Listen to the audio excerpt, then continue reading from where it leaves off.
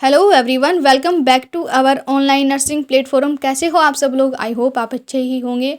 और आपकी BSc nursing की जर्नी है वो स्टार्ट हो चुकी है।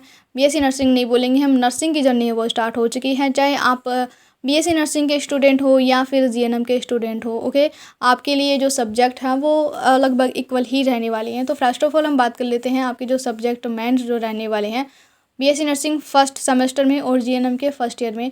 सबसे पहले आपका एनाटॉमी एंड फिजियोलॉजी, उसके बाद में साइकोलॉजी और उसके बाद में है F1, that's mean foundation of nursing. ये जो फाउंडेशन ऑफ नर्सिंग है ये आपके एक तो फर्स्ट पार्ट रहने वाला है और एक सेकंड पार्ट रहने वाला है। जो फर्स्ट पार्ट है वो आपका बीएससी नर्सिंग फर्स्ट सेमेस्टर में एंड जो सेकंड पार्ट है वो आपका सेकंड सेमेस्टर में देखने को मिलेगा, ओके। तो आज हम जो फाउंडेशन ऑफ नर्सिंग है उसकी क्लासेस है वो स्टार्ट कर रहे हैं और इसका ये हम चैप्टर फर्स्ट से इसको स्टार्ट करेंगे, ओके। और इसके अलावा हमारी एनाटॉमी एंड फिजियोलॉजी की क्लासेस है वो भी चल रही हैं और उसके साथ जो साइकोलॉजी की क्लासेस है वो भी चल रही हैं। और मैं आपको ये भी बता दूं कि ये जो चैप्टर्स आपको पढ़ाए जा रहे हैं ये सारे ऑथेंटिक हमारे मतलब हमें जो नोट्स बनाए गए थे, है ना, जो हमने नोट्स बनाए थे और उन्हीं नोट्स में से क्या है आपको पढ़ाया जा रहा है। दैट्स मीन हमने जिस तरीके से नोट्स बनाए हैं उसी तरीके से यहाँ पे आपको स्क्रीन पे दिखाया गया है कि कैसे कैसे हमने नोट्स बनाए थे। उसी तरीके से क्या है ये जो पीपीटी है यहाँ पे आपको बताएंगे, ओके। और आपको A to Z that's mean आपको पॉइंट टू पॉइंट नोट्स बनाने हैं ताकि आपको जब भी आपका बीएससी नर्सिंग है वो कंप्लीट हो जाए, आपकी नर्सिंग की जर्नी कंप्लीट हो जाए, तो आप रियलाइज़ करोगे कि मैंने बहुत कुछ पा लिया है। दैट्स मीन नोट्स बनाकर एक जो स्ट्रेंथ मिलती है स्टूडेंट को वो एक अलग ही लेवल की होती है, ओके। तो इस पार्ट फर्स्ट में हम देखने वाले हैं कि आपकी जो फाउंडेशन ऑफ नर्सिंग है उसके पार्ट फर्स्ट में क्या क्या हमारे जो लर्निंग ऑब्जेक्टिव्स है वो रहेंगे, ओके। तो फर्स्ट ऑफ ऑल तो यहाँ पे हैं describe concept of health. That's mean health को जो डिस्क्राइब करने वाले कौन कौन से कॉन्सेप्ट है उसके बारे में बताएंगे, ओके। एंड उसके बाद में है डिफाइन हेल्थ, हेल्थ की डेफिनेशंस हैं किस किस ने दी थी वो हम पढ़ेंगे। एंड उसके बाद में है discuss the Maslow's hierarchy of needs हैं, ओके। ये मतलब मास्लो की हिरेकी नीड्स है, ये भी हम पढ़ेंगे। उसके बाद में है एक्सप्लेन हेल्थ इलनेस सेंटिमम है, ये भी हम पढ़ेंगे। उसके बाद में डिस्कस फैक्टर्स इन्फ्लुएंसिंग हेल्थ, मतलब हेल्थ को इन्फ्लुएंस करने वाले कौन कौन से फैक्टर्स हैं उनके बारे में डिस्कशन करेंगे। Explain causes risk factor of developing illness, that's mean illness की जो डेवलपमेंट होता है इलनेस का उसके लिए कौन कौन से कॉजेज़ एंड रिस्क फैक्टर्स हैं उसको हम एक्सप्लेन करेंगे, ओके। तो हमारे ये क्या है हमारे लर्निंग ऑब्जेक्टिव्स रहने वाले हैं। और उसके बाद में हमारी चैप्टर की आउटलाइंस आती हैं, ओके। दैट्स मीन हम क्या क्या पढ़ेंगे इस चैप्टर में, ना, उसके बारे में यहाँ पे हम बताएंगे आपको, ओके। आपको एक एक पॉइंट है वो नोट करना है ताकि आप जब एग्ज़ाम दोगे तो आपको क्या है मतलब एक अलग ही लेवल की फीलिंग आएगी आपको, ओके। एंड चैप्टर आउटलाइंस में हम देखेंगे कॉन्सेप्ट ऑफ हेल्थ, है ना, दैट्स मीन डेफिनेशंस देखेंगे हम WHO के अकॉर्डिंग देखेंगे। उसके बाद में मास्लोज हिरेकी नीड्स देखेंगे, हेल्थ इलनेस कंटिन्यूम देखेंगे, फैक्टर्स इन्फ्लुएंसिंग हेल्थ देखेंगे, कॉज रिस्क फैक्टर्स देखेंगे, टाइप ऑफ इलनेस देखेंगे। इसका मतलब ये है कि हम जो नर्सिंग फाउंडेशन में हम जो सब पढ़ने वाले हैं ना वो सब कुछ आपके मतलब जो नर्सिंग फाउंडेशन ये जो सब्जेक्ट है ये आपकी नर्सिंग जर्नी का फाउंडेशन रहने वाला है। दैट्स मीन जो पेशेंट की एक्चुअल क्या केयर होती है वो सब कुछ यहाँ पे आपको इस सब्जेक्ट में ही बताया जाएगा। बाकी जो सब्जेक्ट्स होते हैं वो मतलब अलग होते हैं। दैट्स मीन एनाटॉमी फिजियोलॉजी है वो आपकी बॉडी को समझने में हेल्प करेगी, है ना, उसकी स्ट्रक्चर कैसी होती है, उसकी फिजियोलॉजी कैसी होती है।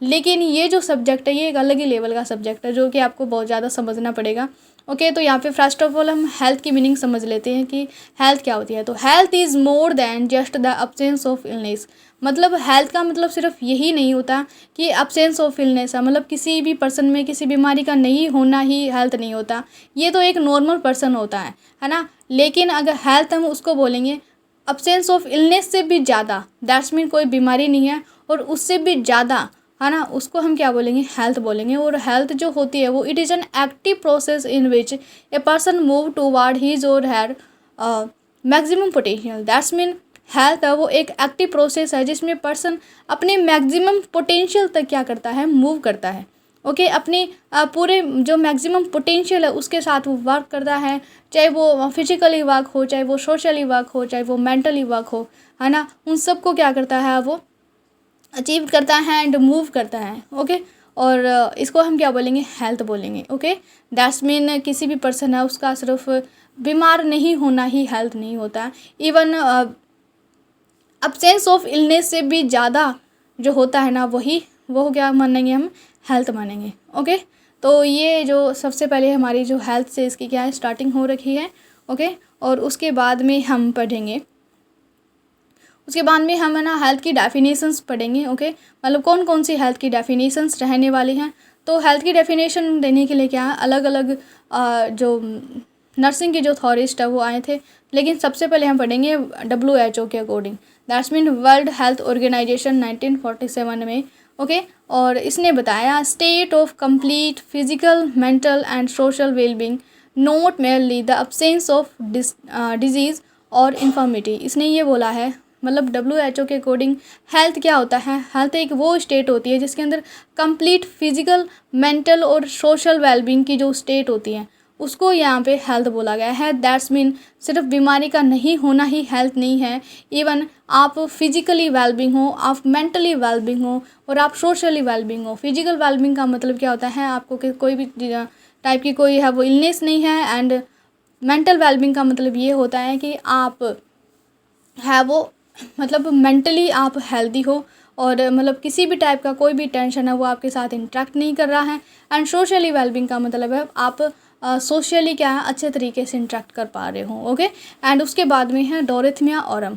डोरेथिया ओरम है, ये एक नर्सिंग के थ्योरिस्ट हुआ करते थे और इन्होंने बताया कि health and healthy are terms use to describe living things when they are structurally and functionally whole और साउंड।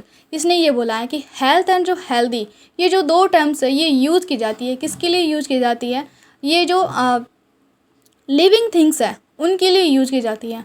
और ये लिविंग थिंग्स है ना, लिविंग थिंग्स किस किस में हो सकती है, एनिमल्स में होंगी ऑफ कोर्स। तो यहाँ पे देखो यहाँ पे ये बताया गया है कि जो हेल्थ होता है उसका मतलब यहाँ पे यह है कि कोई भी पर्सन है वो structurally and functionally, that's mean उसकी बॉडी की स्ट्रक्चर, उसकी जो बनावट है वो एकदम सही है, एंड फंक्शनली उसकी जो बॉडी है वो फिजियोलॉजिकली सही तरीके से फंक्शन कर रही है।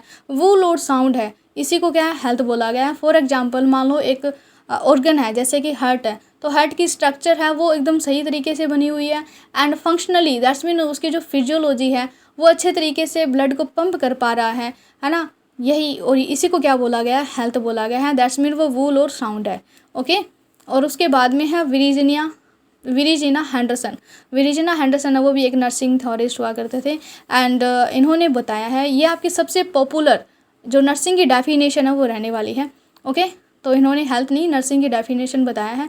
Nursing is a unique function to assist the an individual sick or well in the performance of those activities contributing to health or its recovery for to peaceful death unaided if he had the unnecessary strength, will और knowledge। इसने ये बोला है कि जो nursing होती है वो एक यूनिक फंक्शन है, दैट्स मीन नर्सेस के द्वारा किया जाने वाला जो फंक्शन होता है वो एक यूनिक फंक्शन है जो असिस्ट करती है ना। और क्या असिस्ट करती है, मान लो कोई भी इंडिविजुअल है वो क्या है अपनी मतलब मान लो कि वो सिक है तो वो फंक्शन नहीं कर पा रहा है जो वो मतलब जैसे मान लो कि एक पेशेंट है, अब वो अपने वो खा नहीं पा रहा है, वो पी नहीं पा रहा है, अपनी जो केयर है वो नहीं कर पा रहा है, तो ये ही यूनिक फंक्शन है वो नर्सेज के द्वारा प्रोवाइड करवाया जा रहा है। ओके, जब तक ये क्या है जब तक ये वो पेशेंट क्या है नेसेसरी स्ट्रेंथ, विल और नॉलेज, दैट्स मीन जब तक या उसमें स्ट्रेंथ नहीं आ जाए, जब तक वो उस काम को करना नहीं चाहे, और जब तक क्या है उसके अंदर वो उस काम को करने की नॉलेज नहीं आ जाए, दैट्स मीन अपनी